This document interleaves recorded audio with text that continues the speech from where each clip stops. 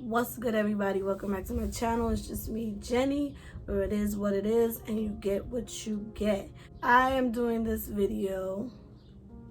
Initially, I thought it was going to replace my last video, which I wasn't going to post because I felt like I was enraged and a lot of people may take what I say in the wrong way.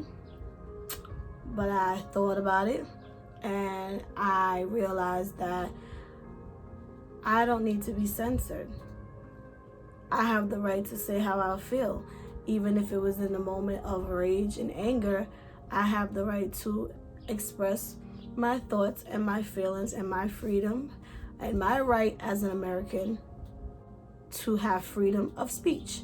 So therefore, I decided to post it. If you have not watched it, please go check that out right now.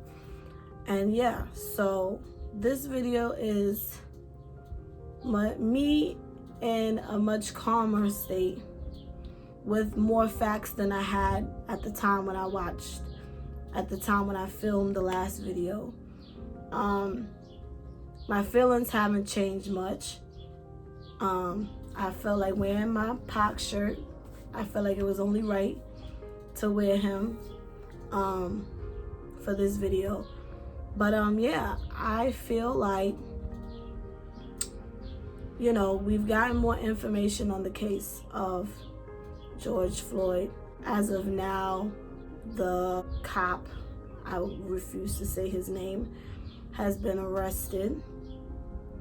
We all knew initially that him, along with the other officers that were involved, were fired, but that wasn't enough. He has now been arrested, thank God. But we've been here before. They've been arrested before. They've been brought in for questioning before, and they've gone to court before. And they've also received not guilty verdicts. So I feel like the people will not be pleased until they hear guilty with a reasonable sentence, which is life, because you took that man's life with no remorse. So I think it's only fair that the state now owns you for life. In the last video, I was very upset and I said I agree with the protests and I think that everybody should do what they have to do. And I still feel that way. And I know a lot of people are sitting back comfortably, including myself, at home, and they're watching the news and they're judging and they're, oh, why would you do that to your own neighborhoods? And what sense does it make to burn down this place and to rob this place? Do you know what it feels like to be judged based on how you look? Do you know what it feels like to fear your parent, your father, or your brother, or your nephew, or your cousin? Do you know that fear of losing them to the hands of a person who's supposed to serve and protect us? Do you know what it's like to see people that look like you constantly killed for petty crimes, when a white person can shoot and kill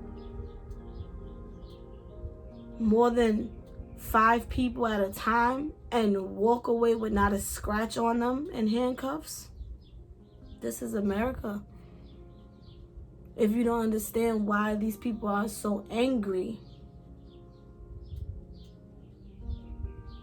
that's because you never lived a day in their shoes. And some of our own people who disagree with the riots, and that's fine, because let's be real. If you look at the images, a lot of people that are at the forefront of these looters and these riots, these violent riots, they don't look like me. They don't look like us. A lot of them are white. A lot of white people are at the forefront of these looters that that your president called thugs. Now, everybody is not out there for the cause, which is calling for justice. No, some people are out there just because they want to steal and they want to take advantage of the situation, and they could care less about Black Lives Matter. That is in fact true. But a lot of people out there do care, and they are angry, and they are tired, and they are fed up. They've been victims to unfair justice. They've been victims of harassment by the cops. Those people, yeah, they're tired. We've tried the peaceful protest. We've tried it. We've tried the great Martin Luther King's way. What has it gotten us? We're still here. Decades later, months later, days later, singing the same song. So what is it left for people to do? They feel like we feel like we're backed in a corner now. And what does any person, animals, you want to call us? What would any animal do when backed in a corner? Defend themselves. That's all we're doing. No, don't burn down the Black-owned businesses, which a lot of people are doing. But that doesn't necessarily mean that that's Black people doing it. They burnt down 3 precincts. That's the target. They have now brought it to the White House.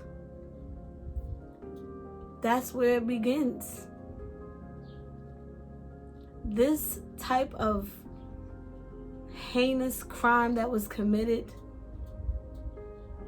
has pushed so many buttons and has really caused a serious uproar. I don't know too many people who watch that video and can sit there and not be affected by it. There's just no way you can look at something like that and not feel angry and rage. And this is the result. And I feel like until something is done, this is the result that you are going to get. We've felt helpless for so many years that now we feel like the only way to get justice now is to fight back. To fight violence with violence. Within a matter of a few weeks, we've had so many different situations. For those of you who do not understand why Black people are so angry, why we are enraged by this situation, let's look at America. Let's look what's happening. Let's not act like racism is not a thing. It's huge, it's live, it's awakened. When Trump became president, he unleashed the beast that lives within. Okay? There was a lot of racist people in this country. And Trump said, reveal yourself, it's okay. Over the past few weeks, you have had one white man, and I saw this on a TikTok video. I didn't even hear about this one. A white older man cheating on his wife, and because he didn't want to get caught, he decided to accuse 2 random Black men, or make up a story that he was kidnapped by 2 Black men. Why Black? You couldn't just say I was kidnapped? But he knew Black would be a trigger for law enforcement. Another lady pushes her autistic son in a river or whatever it was, pushed her son somewhere in a lake, whatever it was, and said, black men. A black man attacked them or whatever the case.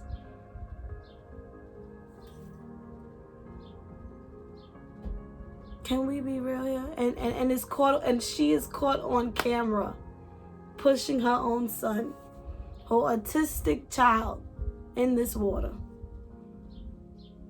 But why say that a black man attacked you? Because it's a trigger. This is what I'm talking. I spoke in my last video. Lady in Central Park.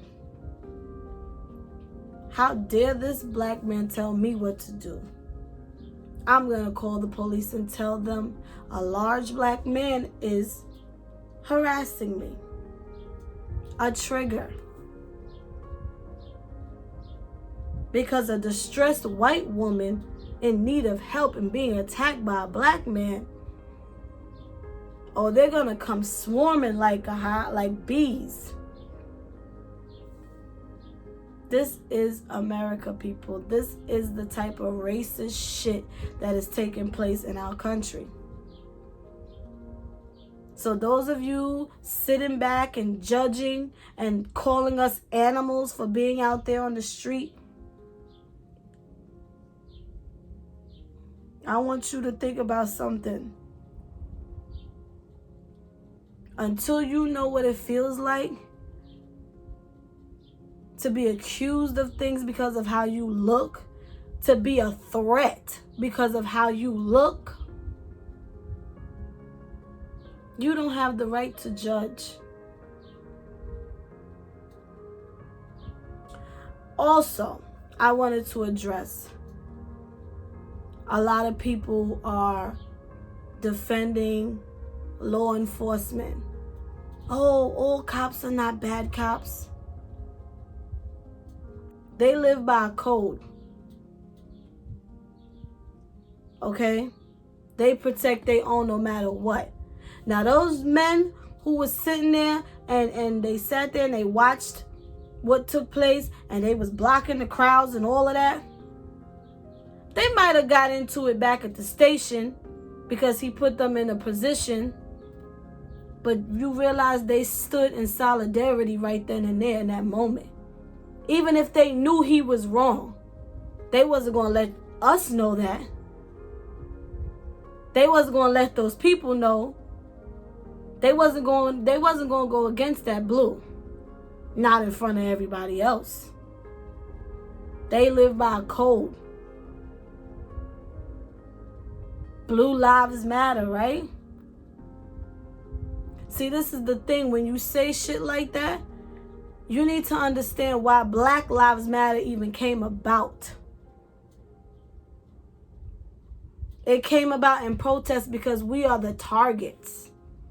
We are the victims of police brutality. That's what Black Lives Matter stand for. It's not saying no one else's lives matter, but at the time, they're not walking targets the way we are. So when you say blue lives matter, that's a smack in the face to our protests. Because guess what? Blue lives are not the one that's in jeopardy. Blue lives aren't in jeopardy. Y'all have a badge and y'all have a gun that protects y'all at all costs. What do we have? And I'm not sitting here saying bash all cops because, okay, there may be some that's doing the right thing. But at the end of the day, I just want y'all to keep in mind that they stand together no matter what. They defend each other no matter what. And us as Black people, we have to start doing that. We have to start standing together. We are better united than divided. And the minute we start to realize that, we could really start changing some shit up. Do I want to condone violence? No. But have we been pushed and backed into this position? Absolutely. All I can say is those of you who are out there protesting, be safe. Also, be very careful of your surroundings, because it's not just regular people out there protesting. There's a lot of undercovers blending in. There was a picture circulating, 2 pictures I came across, of one with a guy with like a walkie-talkie. You can see behind his ear. Another one looked like he had on his vest, handcuffs in the pocket, but they're dressed just like every other protester out there. So be very careful about what you're doing. And just be smart about it. Don't just burn down anything. Don't just attack anything and anybody and send a message. But what I do know is a change gonna come. Because this right here, I think this was the final straw. And I think that we are no longer going to take this abuse. We are no longer going to live in fear.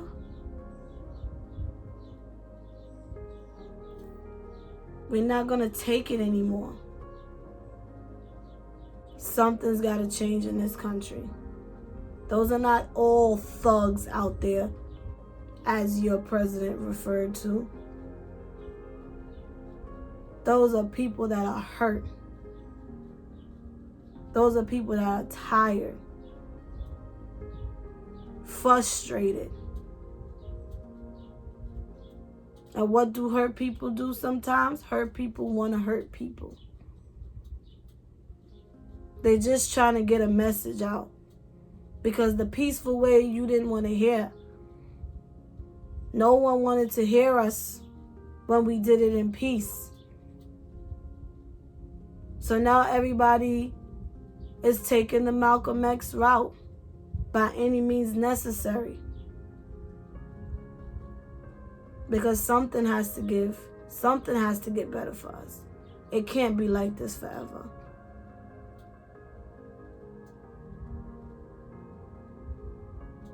Nobody wants to have to keep prepping their sons on how to conduct themselves in public, or how to conduct themselves in the presence of an officer.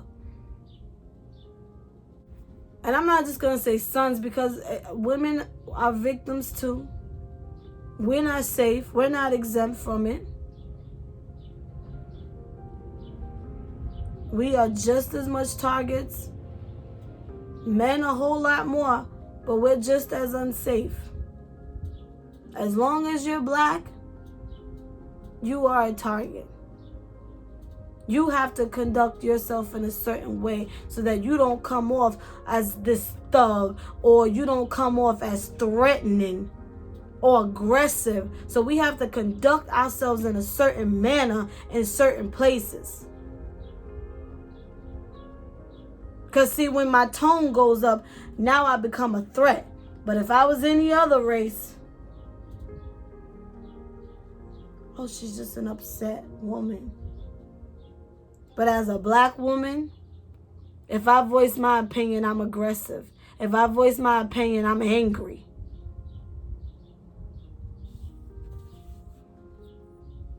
The privilege. And if you don't think that you're privileged because of how you look, you're part of the problem. See, a lot of white people tend to think that privilege means that you come from money. No, that's not what that means. That means that if you and I walk in for the same job, for the same position, and I may have more credentials than you, but you get that job because of how you look, that's privilege.